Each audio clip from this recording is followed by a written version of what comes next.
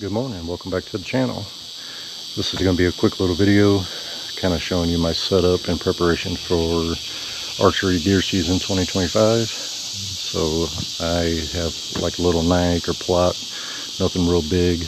I got a fair amount of little wooded area back here with a decent amount of deer that come through here. I didn't deer hunt this last year. I decided I'm going to go ahead and utilize this property because I can, in my zone, I can take 4 antlerless deer, and obviously I can take a buck or anything, and I do have some deer traffic coming through here. So we're just going to kind of show you my setup, and then once we get done showing you the setup, I'll go back in the house and show you a little bit of the trail cam pictures. Not a whole lot. I'm not going to go through several hundred trail camera pictures that I've had over the last few months, but I'll show you some of the highlights, basically some of the bucks that come through here, some of the doe, some of the daytime activity, things of that nature. But basically, so this is my little pathway in between my shop building over there and my house that leads down into my woods. Over last winter, I started taking some of the fallen brush, and I kind of built a little brush wall here to kind of block the view a little bit, try to help the deer feel a little more secure. So this is my little small clearing area, and there's a little field back there behind my shop building. The deer come through there and they come into this area where I have my feeder set up. So I cleared me a little section here, cleared a little path. I got some trail cameras put up. So that's basically the little clearing. I don't know if you can see very well, but there's my feeder sitting out there in the middle. And I have trail camera facing this direction to see what comes from behind my shop building. There's some traveling coming through there. There's a little clearing over here that they come out of. So through this little pathway here is another section of my property behind there. I don't know, it's probably 2 or 3 acres of just basically overgrown tall grass, weeds, whatever. That happens to be the bedding area. I've seen last year when I walked through there, I've seen a whole lot of smashed down grass areas, so I know the deer are bedding in that area and they're coming through. I catch them on the trail camera coming through there to get to the feeder. And my failure of a micro food plot here, because I did it the lazy way. I didn't clear it all out. I didn't, come in here and grade it. I didn't disc it. I didn't do any of that. I just attempted to burn the weeds and the grass out and threw some no-till brassica and clover mixed down. And as you can see, it kind of looks like trash, but the deer come in here. We have a pretty decent amount of deer that come through here and utilize this. I also have right there, I don't know if you can see it very well with the tall grass, but I had a salt block there for a while, and then when that pretty much got used up, I put a mineral block out there, and they seem to love that. So, and then the feeder I have set as of right now to feed at 8 o'clock in the morning for 10 seconds, and then again at 5 o'clock in the evening for 10 seconds. That seems to be sufficient without going overboard and spending, thousands of dollars on feed. That's enough to keep them coming in. I got a camera on this tree, I got a camera on that tree, and I got another camera over here that faces this open area because there is deer traffic coming through there. They come across and go into the feeding area. So, and that's my blind. It's a Tidewee 360, the one that has the whole panel that opens up, because I'm old and it's easier to get in and out of one that has a whole panel that opens than one you have to crawl through a small opening. So I kind of halfway brushed it in. I think it'll be sufficient. I put this thing up a couple of weeks ago, let the deer get used to it being here, and I brushed it in with, I guess that's cedar branches or whatever, so hopefully that'll help kind of mask any kind of scent when I'm trying to be out here hunting. So that's my setup. As far as utilizing this for deer hunting, this is going to be basically my spot that I hunt during the work week. When I get off work, I can come out here, I can slip into the blind, and I can archery hunt here. I'm not 100% comfortable rifle hunting because directly through them woods, about 200 yards, I do have a neighbor that lives back there, so I don't feel comfortable shooting a high-powered rifle, even though the chances of a bullet going through all them woods and getting to that person's house is slim. I'm not going to take that chance.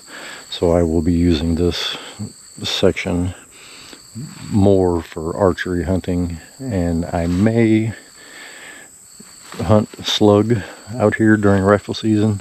I haven't quite decided yet. I'm fairly confident that a slug is not going to make it through all them woods and get over into the neighbor's property, so I probably will also slug hunt out here.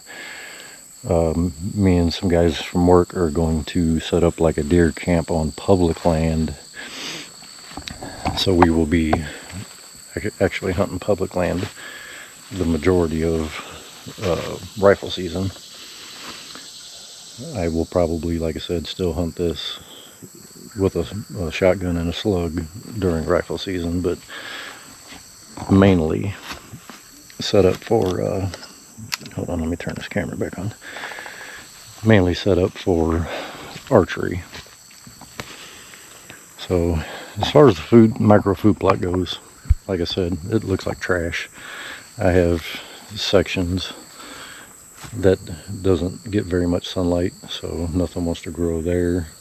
If you guys have any suggestions, drop them in the comments for what would be good to plant in low light areas, and maybe next year I will do this correctly and come out here and grade it and kill everything off correctly, have it disked, and then actually plant it like I should. The other section over there, it's overgrown right now, so I'm not going to try to walk through all that, but I might even go on to the other side of the tree line here and then utilize some of that section there maybe and knock some of that stuff down and kind of extend the food plot from in here, and then maybe go through there and do some beans or something on that end over there. But I want to leave a large portion of that tall grass back there for their bedding area.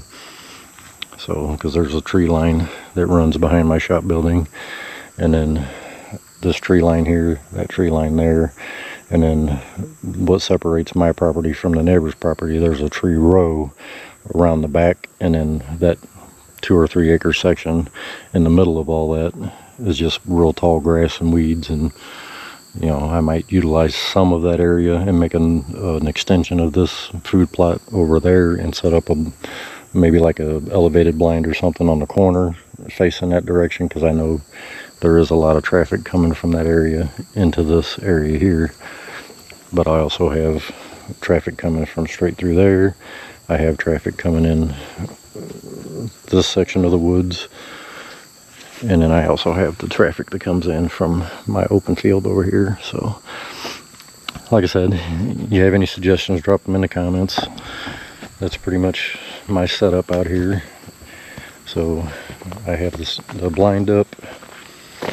I will be taking the feeder down, just, you know, in case you happen to be conservation or whatever. Here in Missouri, we're not allowed to hunt. We're not allowed to actively feed during hunting season. I know this. That feeder will be emptied, turned off, and moved prior to deer season starting. So I don't want to hear anybody say, "Oh, you can't hunt where you're feeding, or you can't feed where you're hunting." I'm not going to be doing that. That will be moved, and there will be no food other than the micro plot on the ground. All that will be removed in preparation for deer season. But up until then, I'm going to continue to feed and continue to draw them in. That's my field behind my shop thing over there. That's a pretty good little spot. There's some tall grass actually on that other end of my field there that I know that they bed in as well. So all right, we'll get in the house and get everything set up, and I'll show you some of the trail cam photos, and then we'll wrap this video up.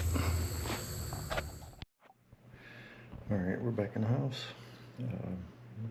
Got the pictures pulled up from the trail cameras, the ones I saved.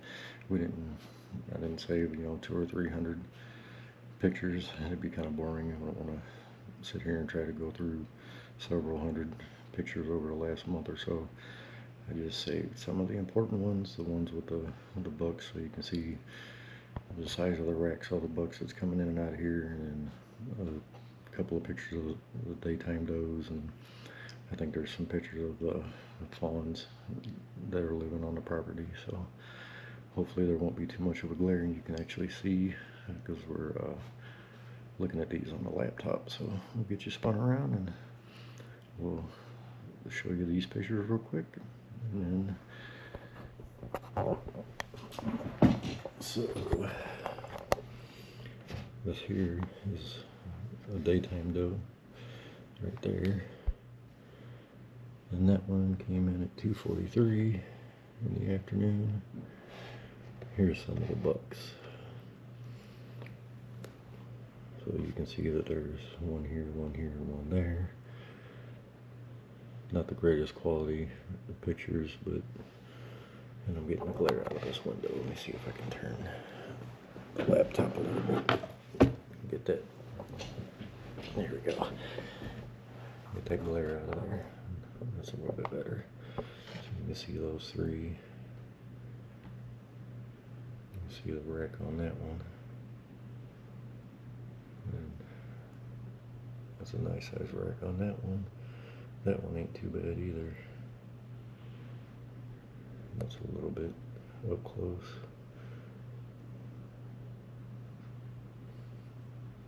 And then we got this guy, he's got a tall rack on him.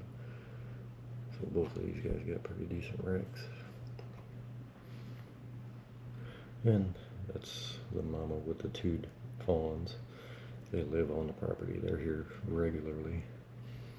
There they are again at the feeder. And this one was kind of odd. This was just from yesterday. I pulled the trail camera pictures and it kind of looks like they're kissing. That's kind of cool. And then mama again at 6 o'clock in the morning. That's legal shooting light. In this particular picture, there's 1, 2, 3, 4. There's 4 of them out there. And then this one here, there's 3 of them out there. And that's an up-close picture of the fawn. That one's got a decent little rack on him.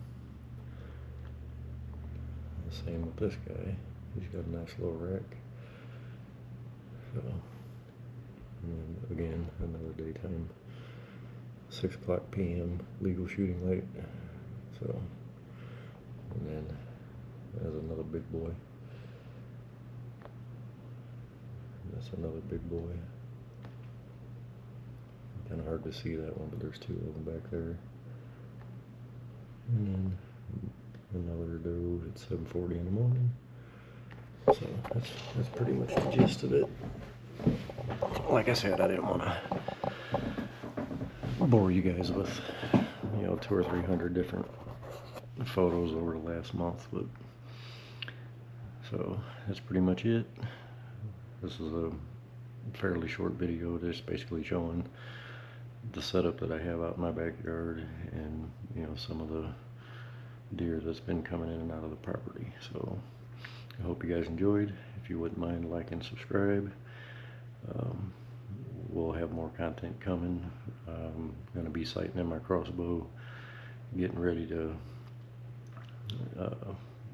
get ready for archery season, and I'll probably have my daughter take a few practice shots with the crossbow as well, but I have to okay it with her mother for her to be on film. So alright, we'll catch you on the next one. Thanks for watching.